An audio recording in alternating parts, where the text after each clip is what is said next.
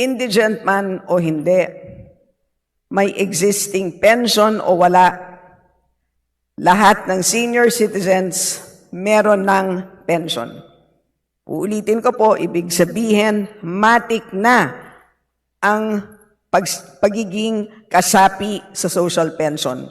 Basta edad 60. May SSS pension man o wala, may GSIS pension man o wala, kasama na po.